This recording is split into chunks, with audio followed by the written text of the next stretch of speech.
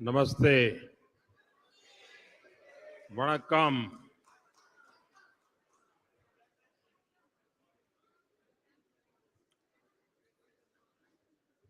आप सबको नमस्कार।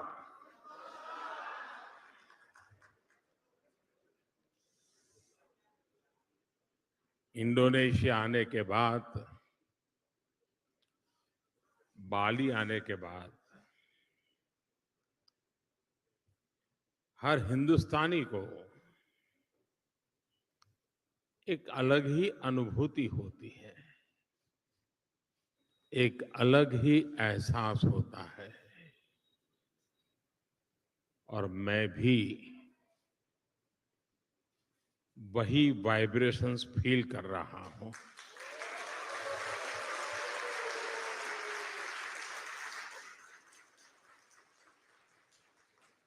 जिस जगह के साथ भारत का हजारों वर्षों का रिश्ता रहा हो और जिसके बारे में सुनते रहते हो कि हजारों साल में अनेक पीढ़ियां आई चली गई, लेकिन उस परंपरा को कभी ओझल नहीं होने दिया। हजारों साल से उस परंपरा को जीना,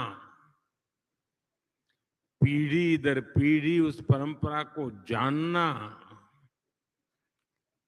और हर पल उस परंपरा से जुड़े रहना, वहां के लोग, उस धरती एक अलग ही आनंद हो देती है, अलग ही आनंद की अनुभूति कराती है। आप कल्पना कर सकते हैं, आज जिस समय मैं आपसे बात कर रहा हूं,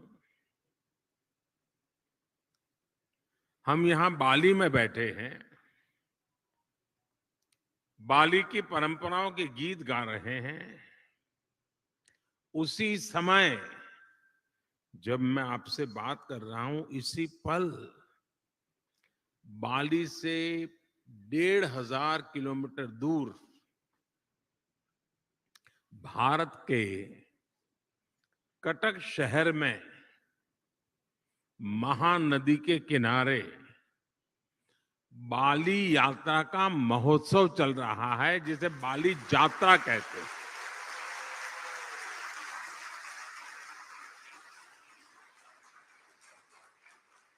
और ये बाली यात्रा है क्या?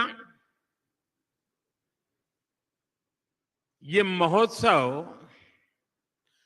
भारत और इंडोनेशिया के बीच हजारों वर्षों के ट्रेड रिलेशंस को सेलिब्रेट करता है। इंडोनेशिया के लोग इस बार की बाली यात्रा के फोटो इंटरनेट पर देखेंगे तो उन्हें वाकई गर्व होगा, आनंद होगा, उत्साह से भर जाएंगे। और कई वर्षों बाद, बीच में कोरोना के कारण जो दिक्कतें आई, उसके कारण कुछ रुकावटें आई थी, और अब कई वर्षों बाद बाली यात्रा, ये महोत्सव उड़ीसा में बहुत ही बड़े स्केल पर भव्यता के साथ, दिव्यता के साथ, लाखों लोगों की भागीदारी के साथ, मास पार्टिसिपेशन के साथ अभी मनाया जा रहा है। मुझे बताया गया कि वहां के लोग ये बाली यात्रा के स्मरण में एक स्पर्धा चला रहे हैं। कहते हैं कि कागज के नाव बना करके बहाए जाएंगे, और वो वर्ल्ड रिकॉर्ड करने के मूड में है। इसका मतलब ये हुआ कि उड़ीसा में आज जो लोग इकट्ठा हुए हैं, उनका शरीर वहां है, लेकिन मन बाली में है, आप लोगों के बीच में है। साथियों, हम लोग अक्सर बातचीत में कहते हैं इट्स अ स्मॉल वर्ल्ड, ऐसा ही शब्द है, it's a small world. Bharat और इंडोनेशिया के संबंधों को देखें तो ये शब्द नहीं है, ये हमें सच्चाई नजर आती है, सटीक बैठता है। समंदर की विशाल लहरों ने भारत और इंडोनेशिया के संबंधों को लहरों की तरह ही उमंग से भरा है, जीवंत रखा है। कभी थकान महसूस नहीं हुई, वो लहरें जैसे चलती रहती हैं, हमारा नाता भी वैसा ही जीवंत रहता है।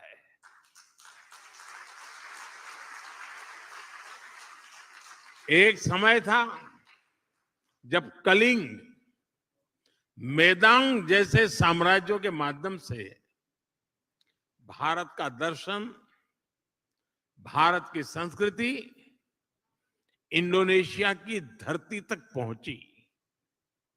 आज एक ये समय है जब भारत और इंडोनेशिया 21वीं सदी में विकास के लिए एक दूसरे के साथ कंधे से कंधा मिलाकर काम कर रहे हैं। इंडोनेशिया की जमीन ने भारत से आए हुए लोगों को प्यार से एक्सेप्ट किया, उन्हें अपने समाज में सम्मिलित किया। इसी वजह से आज आप सभी इंडोनेशिया के विकास और समृद्धि में अपना योगदान दे रहे हैं। हमारे बहुत सिंधी परिवार यहां रहते हैं और भारत से आए हुए हमारे सिंधी परिवार के भाई बहनों ने यहाँ के टेक्सटाइल सेक्टर में, स्पोर्ट्स गुड सेक्टर में, इतना ही नहीं, फिल्म और टीवी इंडस्ट्री में भी काफी कुछ कंट्रीब्यूट किया है। गुजरात से जुड़े हुए काफी लोग यहाँ हैं। जेम्स, डायमंड्स, माइंस, इवन खेती, किसानी, उसमें भी वो लोग नजर आते हैं। भारत से आए हुए engineers, chartered accountants, professionals Indonesia के विकास के सहयात्री बने हुए हैं। कितने ही तमिल भाषी कलाकार यहाँ की संस्कृति, यहाँ के आर्ट्स को और समृद्ध करने में अपना योगदान दे रहे हैं। मुझे याद है जब 3-4 साल पहले इंडोनेशिया के बप्पा नयोमान न्यू आर्टाजी को भारत ने पद्मश्री से सम्मानित किया था। उस समय भारत का राष्ट्रपति भवन तालियों की गड़गड़ाहट से गूंजता ही रहता था। उनकी बनाई कलाकृति गरुड़ विष्णु केनकाना का कोई शायद हिंदुस्तानी ऐसा नहीं होगा जो उसकी प्रशंसा न करता हो। ऐसे ही इंडोनेशिया के वायन दिव्या और आगुस इंदिरा उदयन जी, उनको जब पद्म सम्मान मिला था तो मुझे उनके बारे में काफी कुछ जानने का, निर्णय करने से पहले मुझे काफी कुछ उनके विषय में जानने का मौका मिला। आगुस इंदिरा उदयन जी, आप भली भांति परिचित हैं उनसे, और आज यहाँ मौजूद भी हैं। वो बाली में महात्मा गांधी के विचारों को आगे बढ़ाने के लिए जी जान से जुटे हुए हैं।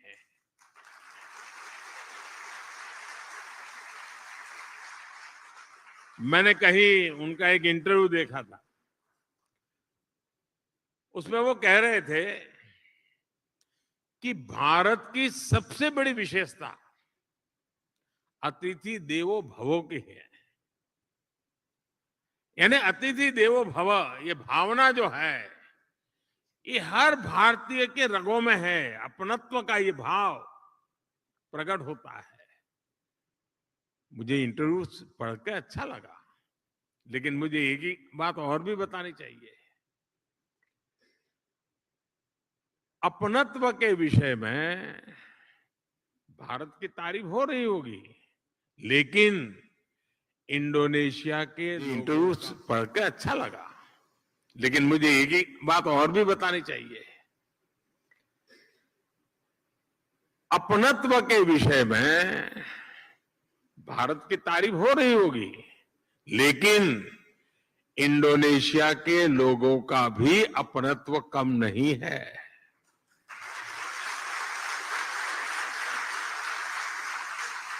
जब मैं आप पिछली बार जाकार्ता में आया था, इंडोनेशिया के लोगों ने जो स्नेह दिया, जो प्यार दिया, मैंने उसे करीब से देखा था, महसूस किया था। इतना मान, सम्मान, प्यार, स्नेह, अपनापन, क्या कुछ नहीं था। और मुझे याद है, राष्ट्रपति जोको विडोडो जी के साथ पतंग उड़ाने में मुझे जो मजा आया था, हम दोनों पतंग उड़ाने चले गए थे, वो अद्भुत था। और मेरी तो गुजरात में संक्रांति पर पतंग उड़ाने की बड़ी ट्रेनिंग रही है, और मुझे पता है यहां इंडोनेशिया में भी संक्रांति पर खूब पतंग उड़ाई जाती है। यहां पास में, और ऐसा नहीं है कि भारत और इंडोनेशिया का साथ सिर्फ सुख का है, आनंद का है, अच्छा है तब नाता है, ऐसा नहीं है। हम सुख दुख के साथी हैं। अगर सुख में साथी हैं तो हम दुख में भी उतने ही साथी हैं। हम सुख दुख में एक दूसरे के सुख दुख को बांटने वाले लोग हैं। जब 2018 में इंडोनेशिया में इतना बड़ा भूकंप आया, तो भारत ने तुरंत ऑपरेशन समुद्र मैत्री शुरू किया था।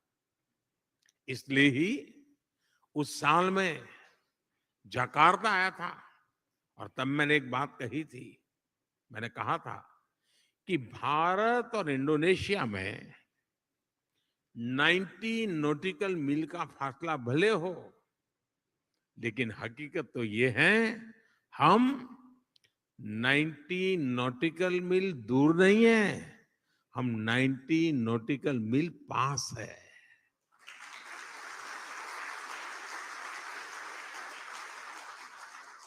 साथियों, जीवन के पग पग पर, क्षण क्षण में ऐसा कितना कुछ है जिससे भारत और इंडोनेशिया ने मिलकर के अब तक सहज कर रखा है। बाली की ये भूमि महर्षि मार्कंडेय और महर्षि अगस्त्य के तप से पवित्र है। भारत में अगर हिमालय है तो बाली में आगुंग पर्वत है। भारत में अगर गंगा है तो बाली में तीर्था गंगा है। हम भी भारत में हर शुभ कार्य का श्री गणेश करते हैं। यहां भी श्री गणेश घर घर विराजमान है। सार्वजनिक स्थानों पर शुभता फैला रहे हैं। पूर्णिमा का व्रत, एकादशी की महिमा, त्रिकाल संध्या के जरिए सूर्य उपासना की परंपरा, मां सरस्वती के रूप में ज्ञान की आराधना, अनगिनत चीजें हम कह सकते हैं। ऐसी बहुत सी बातें हैं जो हमें जोड़े रखती हैं, जोड़ती रहती हैं। बाली का जन जन महाभारत की गाथाओं के साथ बड़ा होता है, और मैं तो द्वारकाधीश भगवान कृष्ण की धरती गुजरात से यहां पला बड़ा हूं। मेरा तो जीवन वहीं बीता हुआ है। बाली के लोगों की जैसी आस्था महाभारत के लिए है, भारत में लोगों की वैसी आत्मीयता बाली के लोगों के लिए भी है। आप यहां पर भगवान विष्णु और भगवान राम की आराधना करते हैं, और हम जब भारत में भगवान राम की जन्मभूमि पर भव्य राम मंदिर की नींव रखी जाती है, तो इंडोनेशिया की रामायण परंपरा को भी गर्व से याद करते हैं।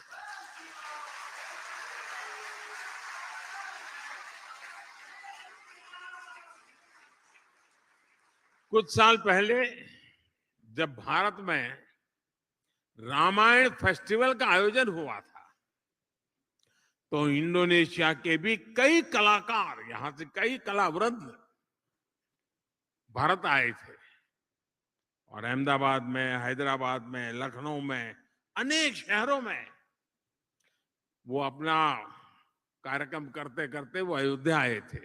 उनका आखिरी समापन कार्यक्रम अयोध्या में हुआ था और बहुत वाहवाही हुई थी।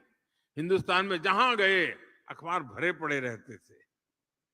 भाई और बहनों, बाली में ऐसा शायद ही कोई व्यक्ति होगा जिसकी अभिलाषा नहीं होगी कि अपने जीवन में एक बार अयोध्या या द्वारिका के दर्शन न करें, ऐसा शायद कोई भी इंसान नहीं होगा। भारत में भी लोग प्रम्बानन मंदिर और गरुड़ विष्णु केनकाना की भव्य प्रतिमा के दर्शन करने के लिए बहुत ही इच्छुक रहते हैं। कोरोना काल से पहले एक साल में ही 5 लाख से ज्यादा भारतीयों का अकेले बाली आना ही इसकी गवाही देता है। साथियों, जब विरासत साझा होती है, जब मानवता के प्रति आस्था समान होती है, तो प्रगति के लिए भी समान रास्ते बनते जाते हैं। कुछ महीने पहले ही 15 अगस्त को भारत ने अपनी स्वतंत्रता के 75 साल पूरे किए हैं। इंडोनेशिया का इंडिपेंडेंस डे भारत के स्वतंत्रता दिवस के 2 दिन बाद 17 अगस्त को आता है, लेकिन इंडोनेशिया को भारत से 2 साल पहले स्वतंत्र होने का सौभाग्य मिला हुआ था। इंडोनेशिया से सीखने के लिए भारत के पास बहुत कुछ है, और अपनी 75 वर्षों की विकास यात्रा से भारत के पास भी इंडोनेशिया को देने के लिए बहुत कुछ है। भारत का टैलेंट, भारत की टेक्नोलॉजी, भारत का इनोवेशन, भारत की इंडस्ट्री, आज इन सारी बातों ने दुनिया में अपनी एक पहचान बनाई है। आज विश्व की अनगिनत कंपनियां ऐसी हैं, कई बड़ी कंपनियां ऐसी हैं जिसके सीईओ भारतीय मूल के हैं। आज दुनिया में जितने यूनिकॉर्न बनते हैं ना, 10 में से 1 यूनिकॉर्न भारत का होता है। आज भारत दुनिया की फास्टेस्ट ग्रोइंग लार्ज इकोनॉमी है। आज भारत डिजिटल लेन देन में दुनिया में नंबर 1 है। आज भारत ग्लोबल फिनटेक के मामले में दुनिया में नंबर 1 है।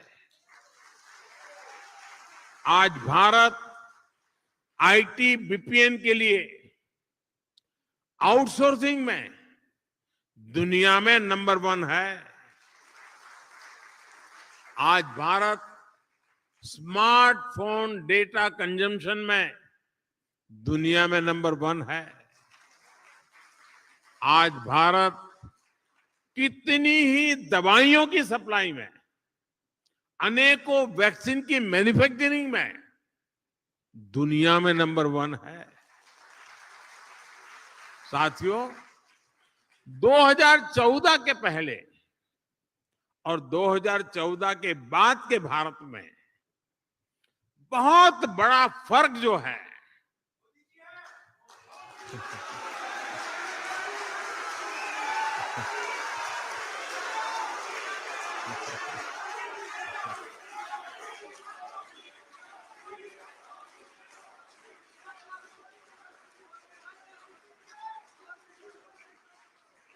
वो जो बहुत बड़ा फर्क है वो मोदी नहीं है,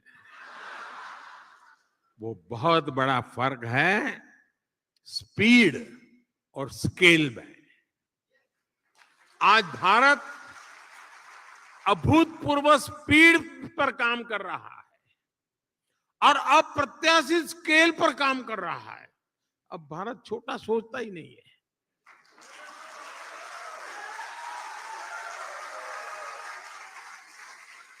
स्टैच्यू बनाएगा तो दुनिया में सबसे बड़ा, स्टेडियम बनाएगा तो दुनिया में सबसे बड़ा।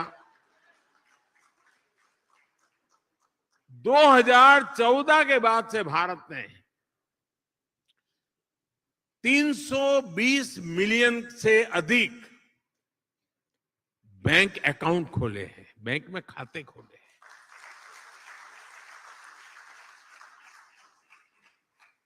इसका मतलब ये हुआ कि अमेरिका की कुल जनसंख्या जितनी है उतने हमने बैंक खाते खोले हैं।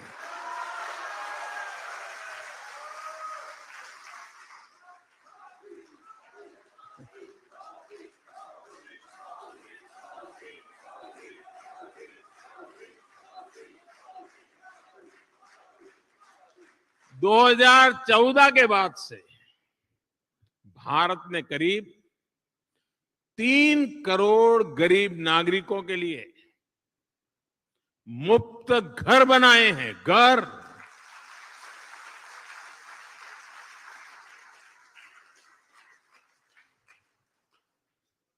और घर ऐसे नहीं बनता है, जब घर मिल जाता है ना तो इंसान रातों रात लखपति बन जाता है। और जब मैं 3 करोड़ घर की बात करता हूं, उसका मतलब क्या है? इसका मतलब ये है कि ऑस्ट्रेलिया के परिवार को नहीं, ऑस्ट्रेलिया के हर नागरिक को घर मिल जाए, इतने घर बनाए हैं।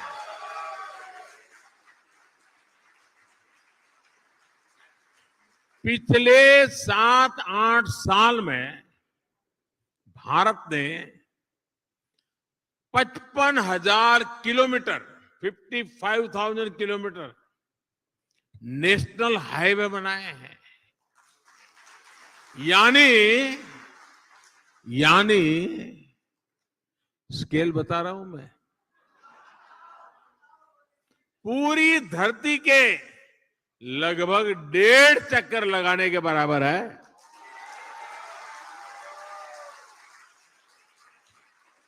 आज भारत आयुष्मान भारत योजना के तहत जितने लोगों को 5 लाख रुपए तक के मुफ्त इलाज की सुविधा दे रहा है, 5 लाख रुपए तक अगर उसका मेडिकल बिल 1 साल का बनता है तो जिम्मा सरकार उठाती है। इसका बेनिफिट कितना लोगों को मिलता है? 5 लाख रुपए तक की मेडिकल सुविधा जो मिलती है वो पूरे यूरोपियन यूनियन की कुल आबादी से ज्यादा लोगों को मिलती है।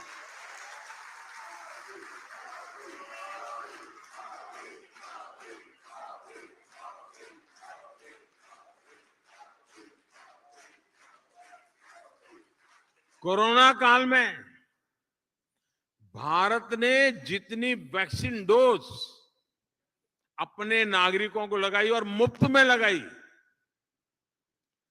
वो जो वैक्सीन डोज है ना, उसकी अगर मैं संख्या का हिसाब लगाऊं तो अमेरिका और यूरोपियन यूनियन, उन दोनों की कुल आबादी जो है उससे 2.5 गुना ज्यादा डोज हमने हिंदुस्तान में लगाए।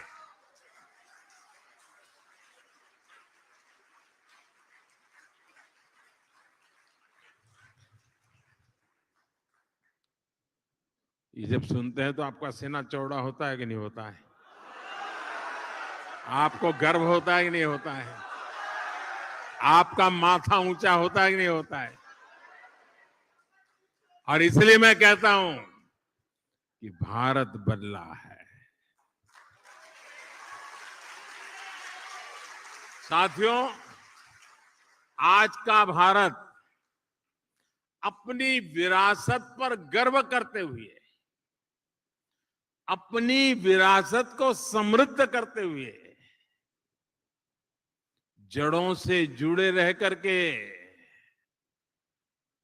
आसमान छूने के लक्ष्य के साथ विकसित भारत बनाने के लक्ष्य को लेकर के अब निकल पड़ा है।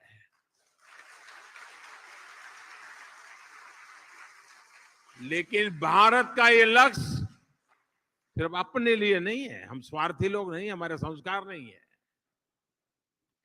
21वीं सदी में आज विश्व की भारत से अपेक्षाएं हैं, जो आशाएं हैं, भारत उसे अपनी एक जिम्मेवारी समझता है, एक दायित्व के रूप में देखता है, और हम दुनिया की भलाई के लिए अपने आप को आगे बढ़ाने के लिए मक्कम है, संकल्पबद्ध है।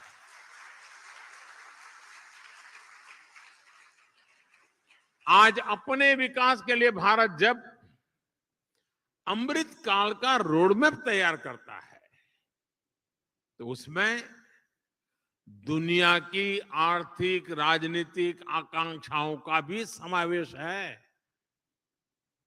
आज जब भारत आत्मनिर्भर भारत का विजन सामने रखता है, तो उसमें ग्लोबल गुड की भावना भी समाहित है। रिन्यूएबल एनर्जी के क्षेत्र में भारत ने वन सन, वन वर्ल्ड, वन ग्रिड का मंत्र दिया है।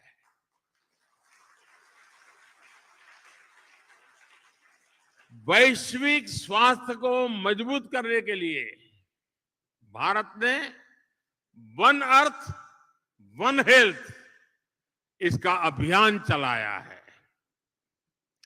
क्लाइमेट चेंज जैसी चुनौती से निपटने के लिए, और जो आइलैंड कंट्रीज होते हैं उनके लिए तो भारत एक वरदान के रूप में काम कर रहा है। क्लाइमेट चेंज की जो मुसीबतें हैं उसको निपटने के लिए भारत ने विश्व को मिशन लाइफ का समाधान दिया है। मिशन लाइफ यानी lifestyle for environment. Mission life यानी पृथ्वी के प्रत्येक नागरिक द्वारा ऐसी लाइफस्टाइल को आत्मसात करना जो पर्यावरण के अनुकूल हो, जो क्लाइमेट चेंज की चुनौती से हर पल निपटती हो। आज जब पूरा विश्व एनवायरमेंट फ्रेंडली और होलिस्टिक हेल्थ केयर की तरफ आकर्षित हो रहा है, तो भारत का योग, हमारा आयुर्वेद, ये पूरी मानवता के लिए तोहफा है। और साथियों, जब आयुर्वेद की बात आई है तो मुझे भारत इंडोनेशिया के एक और जुड़ाव का ध्यान आ रहा है। मुझे याद है जब मैं गुजरात का मुख्यमंत्री था तो गुजरात आयुर्वेदिक यूनिवर्सिटी और यहाँ की यूनिवर्सिटीज, हिंदू इंडोनेशिया, इसके बीच समझौता हुआ था। मुझे खुशी है कि इसके कुछ ही वर्ष बाद यहाँ की इस यूनिवर्सिटी में आयुर्वेद हॉस्पिटल की भी स्थापना हुई। साथियों, वसुधैव कुटुंबकम यानी पूरे विश्व को एक परिवार मानने की भारत की यही भावना, यही संस्कार विश्व कल्याण का मार्ग प्रशस्त करते हैं। कोरोना काल में हमने देखा है, भारत ने दवाइयों से लेकर वैक्सीन तक जरूरी संसाधनों के लिए आत्मनिर्भरता हासिल की और उसका लाभ पूरी दुनिया को मिला। भारत की सामर्थ्य ने कितने ही देशों के लिए एक सुरक्षा कवच का काम किया। इंडोनेशिया जैसे हमारे पड़ोसी और मित्र देशों के लिए हम विशेष रूप से कंधे से कंधा मिलाकर खड़े हुए। इसी तरह आज भारत अंतरिक्ष में, स्पेस के क्षेत्र में प्रमुख वैश्विक महाशक्ति के रूप में उभर रहा है, तो उसका लाभ साउथ एशियन देशों को विशेष रूप से मिल रहा है। रक्षा के क्षेत्र में भी जो भारत दशकों तक केवल विदेशी आयात पर निर्भर था, वो आज अपनी क्षमताएं बढ़ा रहा है। ब्रह्मोस मिसाइल हो या तेजस फाइटर प्लेन, इनका आकर्षण विश्व में लगातार बढ़ रहा है। आज भारत बड़े लक्ष्य तय कर रहा है और उन्हें प्राप्त करने के लिए भी पूरी मेहनत कर रहा है।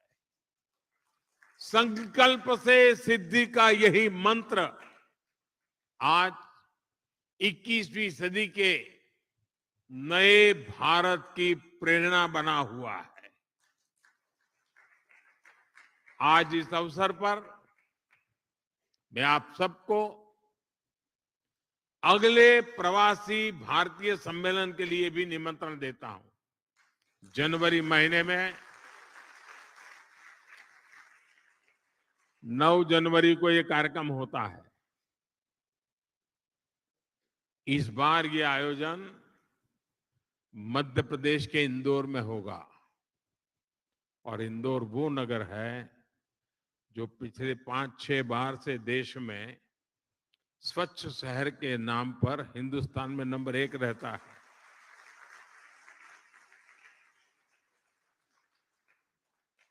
और इसलिए आप इंदौर के प्रवासी भारतीय कार्यक्रम में जरूर जुड़िए। अपने निजी काम से लिए आ रहे हैं तो भी तारीख उसके साथ एडजस्ट कीजिए। और जब आप इंदौर आएंगे तो उसके 1-2 दिन के बाद ही अहमदाबाद में काइट फेस्टिवल होता है। इंडोनेशिया वाले काइट फेस्टिवल में न जाए ऐसा हो सकता है क्या? और जब आप आए, अकेले मत आना। सिर्फ अपने परिवार को ही लेकर के आकर के रुक मत जाना। कुछ इंडोनेशियन परिवारों को भी साथ ले आइए।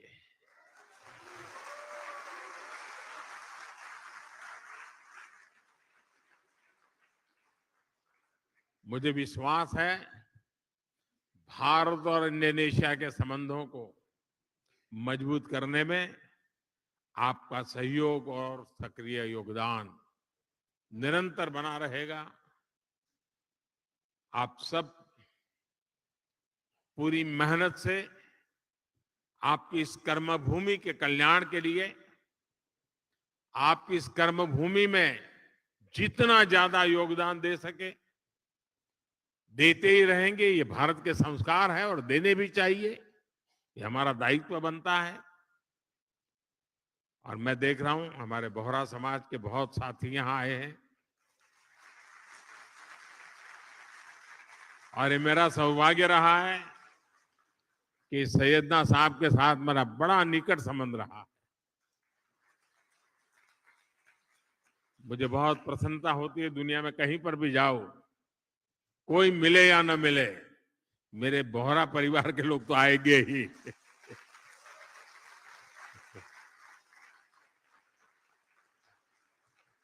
साथियों, आप इतनी बड़ी तादाद में यहां आए, समय निकाल करके आए और उमंग और उत्साह से भरे हुए हैं।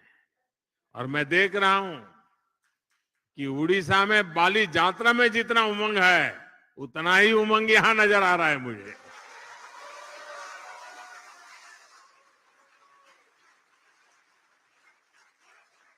आपके इस प्यार के लिए, आपके इस स्नेह के लिए, भारत के प्रति आपकी ये श्रद्धा के लिए हृदय से आपका बहुत बहुत धन्यवाद करता हूं। अनेक अनेक शुभकामनाएं देता हूं। धन्यवाद साथियों।